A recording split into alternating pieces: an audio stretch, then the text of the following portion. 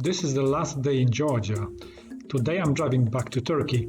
On the way I will visit the Roman fortress in Gonio and drive through the Turkish Cackar mountains. It is hard to leave Batumi. Batumi is the most popular seaside city in Georgia. It is also the capital of Autonomous Republic of Adjara. This is where the world's most popular egg hachapuri comes from, the Ajar hachapuri. Batumi is also a very popular summer destination for tourists from Russia, mainly because of the clean sea, healthy Georgian food, and Georgian hospitality. After the long journey through Turkey, I suggest every biker to consider resting in Batumi. Clean beaches, the number of hotels and restaurants will satisfy everyone. From Batumi and Poti you can take a ferry to the Ukrainian Odessa or Varna in Bulgaria, thus reducing travel time by half. This is the most popular way European biker gets to Georgia. However, you will spend almost 3 days on the ferry. 15 kilometers from Batumi in the town of Gonio, we come across a well-preserved Roman fortress from before our era. It means a building with over 2000 years. It was a well-fortified Roman city on the eastern fringes of the empire called Apsaros, and when we look at its flat location, the fortress closed the seashore access from the north to today's Turkey. The fortress also appears in the myth about the Argonauts from Greek mythology. It means Jason expeditions for the golden fleece of the miraculous ram on the Argo ship through the narrow of Bosphorus and the Black Sea. It is here that King Aetes buried his son Apsaros, who was killed by the escaping Jason.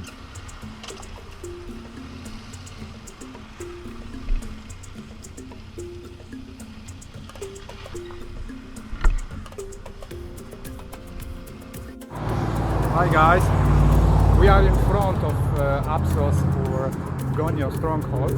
This is the really prehistorical place in Georgia, located like 10 kilometers from Turkish border. In the past, in the 1st century, that was the place where that stronghold was defending the Roman Empire in the province called Hydia.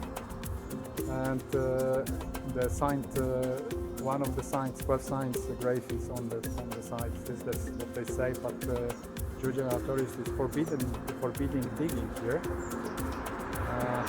The place is known also because there was this the trip of Argonauts was going to go here, and I don't know what to say more here. That's what I was reading about this place, and you can see inside there is a lovely garden and the walls are quite well protected. Time for the last 50 cents per liter refuel in Georgia.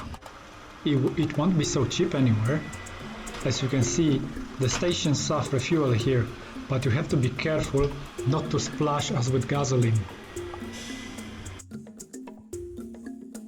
Next in the journey was Georgian-Turkish border in Sarpi. There weren't many formalities on the Georgian side. I even met a policeman who was trained in Middle Europe. But on the Turkish side, I spent over 2 hours. First, it was very hard to squeeze between the trucks because small car traffic is practically non-existent due to COVID.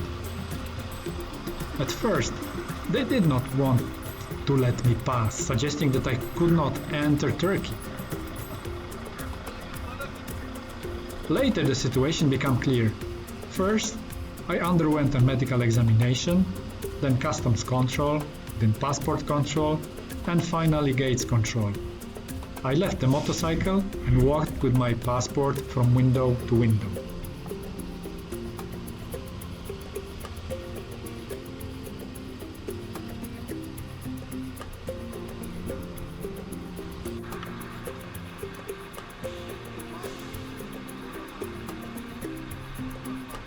Turkey is open.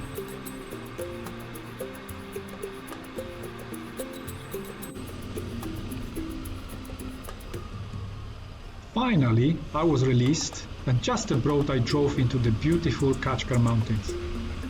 From the north, the mountains are the wettest place in Turkey, with annual rainfall of more than 3,000 millimeters. It's like pouring an entire fire truck onto 1 square meter. It rains a lot here because steam from the Black Sea reaches the mountains and condenses when air travels up to the mountains. From the south, the mountains are dry and the temperature exceeds 36 degrees.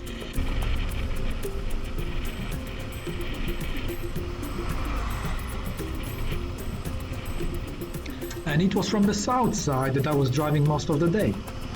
It was very warm, over 30 degrees. Luckily, I had the water on my back camel. As I was going west, the sun was shining in my eyes most of the time, which sometimes spoiled the camera shots. Despite the dry climate, you can see the beautiful wild nature of those mountains. As you can see, the traffic is low, so you can watch the area. For the next time, I put aside gravel roads in the mountains that lead through the peaks.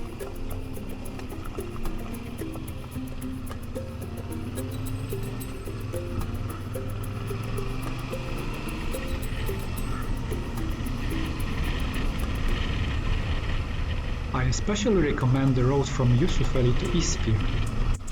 I drove from Yusufeli, where the road is narrow and leads through villages, so that I started to wonder where to stay overnight because the ride was very slow. Suddenly, after a few kilometers, the narrowed road turns into wide, freshly made, and most importantly, empty road with new tunnels and great smooth curves.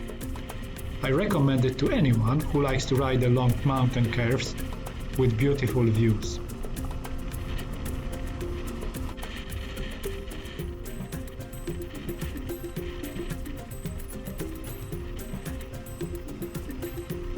The road is still under construction, so there are trucks and concrete mixers. But the number of tunnels and the scale of investment in this region of Turkey is stunning. Investments in infrastructure and roads have allowed many Turkish towns, which have so far been unavailable, to better access the world. As in Eastern Europe, there is a civilization leap for many people.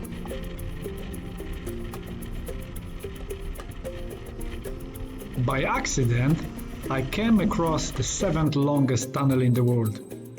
On the D925 road from Izmir to Ikizder, I entered the Ovit mountain tunnel at 36 degrees heat and came out in the rain at 16.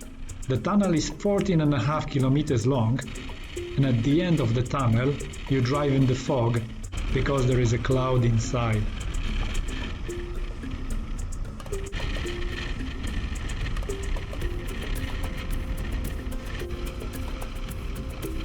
I spent the night on the southern side of the mountains, already in the rain and fog, but more on that in the next episode.